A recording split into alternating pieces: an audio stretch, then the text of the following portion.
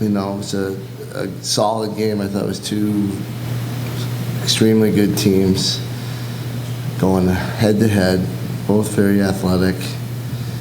And, you make mistakes and you pay the price. And I thought that we just made too many mistakes. And that's what the game ended up coming down to was, the defenses were both playing well on both sides, getting stops, getting turnovers, and, kind of the team that got the last turnover ended up winning it. So I thought, it was definitely a defensive battle. I think we got a lot to work on, a lot to learn from this game, and we will. We'll get better and we improve. The good thing is it's only March 1st. We got a heck of a lot of games left.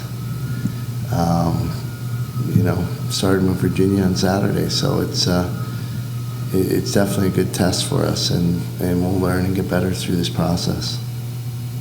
Can you take us through your view of the last play, just with Haley taking the ball out and losing it, just give us a description of what you we just pushed up a little too much. We weren't quite spread out the way we needed to be, and the players that opened didn't come to the ball when they got jumped. And Allie got in a situation, had a player on her, and she tried to make a play, and unfortunately didn't get the ball there and gave it up for a fast break the other way. Generally speaking, with Allie, how much of her freedom bringing the ball up on her own? How much direction do you maybe give her? How's that work? Well, it's a settle and clear, and we're usually pretty good at it. And it's almost a guaranteed clear every time. And today wasn't the case, so we'll go back to work and clean it up and get better on the clear. Riley, a ton of turnovers, especially in the first half, and obviously a few ones in the second half. That's usually not a Syracuse wins and crossing. What were they doing, or what were you doing so that it seemed to be a lot of misplays out there, a lot of turnovers? I don't know. I think we just sort of had to get into our groove, and it kind of sucked that we didn't get into it too early. But as the game went on, we sort of picked it up a little more, and I think we'll just we should do that more in other games. With the ACC schedule about to start, what do you think you can improve on most coming up in the Northwestern game and this game? And that what would you like to improve on most? I don't know. I would just say keeping our confidence up there and knowing that what we need to do because we practice it every day, and we should be fine. We play these teams for practice and to know what we should do better and to improve on. So I think it was a good game for us. Gary, what went into planning the noon game on Tuesday? Basically, it was at the request of Florida, saying that they wouldn't be able to play an evening game, and we do our schedule. It doesn't always work the way you want it to, and ideally we would have played a Saturday game and then a Tuesday game, but with the dome schedule, sometimes you don't get what you want. You get a bump one way or the other, and to maintain the schedule, the teams we play, we need to be flexible, and it put us in this unique situation. And but I think it's still a great challenge for us. And we didn't come out on top today, but we will learn a lot from it. And I think there's a huge amount of value in that. And I think you see the character from this team every year, where they learn from their losses and they get better as the season goes on. And for Nicole, what did you guys think of playing a game at a time you wouldn't know to play? I thought it was good, or just have all these games in the week. I thought it's good practice. We played some really good teams this year, and it was just a great learning experience. Yeah. Well, I just think that a game's a game, so it doesn't matter what time it is. You just got to come out ready to play. And so you have your second hat trick in a row. What's been working for you lately that you're beginning of the season?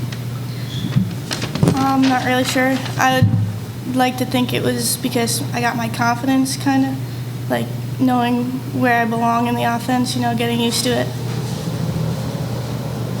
Yeah, there was something that's been around a little bit. You've been through a few seasons now. As you head into ACC schedule, I'm curious on your perspective on where you think the team is at this point compared to other years. and what you think you've learned and need to get better at heading into the Virginia game. You know, I think this year our team, we have a lot of talent from the freshmen all the way up to the fifth years, and you know, yeah, we had a minor setback with this loss, but going into the future, I think we can only get better, right? And again, like I said, we have an enormous amount of talent, so I look forward to that. Besides the turnovers, cut those down, is there anything else that? Just good start, you know? We just got to come out ready to play. Gary, same thing, besides the turnovers, heading into the ACC schedule, what specifically would you like to get better on? Well, I think I'd like to clean up the first half of the last couple games we played. The turnovers, it's like kind of like we don't value the ball in the first half, and we just think, oh, it's no worries, we'll just rally for the second half. And I think we put ourselves in a tougher situation than taking care of the ball from the beginning of the game. So we're gonna work on that. We got a good solid 2 days before we play again. Take tomorrow off. Get on the road Thursday night and bus our way down to beautiful Virginia and go play them. You had spoken about Nicole's evolution of the offense at the start of the season. Is mentioned back-to-back hat trick games. What are you seeing from her? I assume you don't have a lot of freshmen in the program jumping in and producing like that so quickly. What are you seing from her that's allowed her to kind of adapt so quickly and succeed so quickly?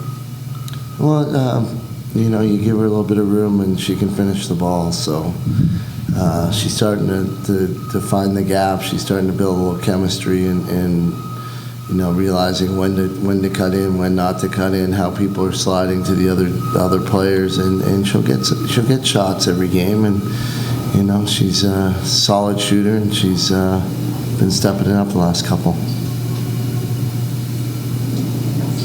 A quick rules question. I know why Ellie had to start behind the play on the reset at the end there. You had one player in goal. I mean, she wasn't the goalie, but you had one player near the goal. Are you allowed to swing one around in front, or was she at that position when the play was stopped? I'm not quite clear on that reset. You're not allowed to run into the crease to try and stop the ball. You're not allowed to run into shooting space, but you could have run across, I guess, because it was a pass once the whistle went. I'd have to watch the film on exactly what happened at the end. But yeah, you can't jump in. It's a red card if you jump in and try and save the ball. So the player couldn't stand there? No. So she had to get out of there as soon as the play started?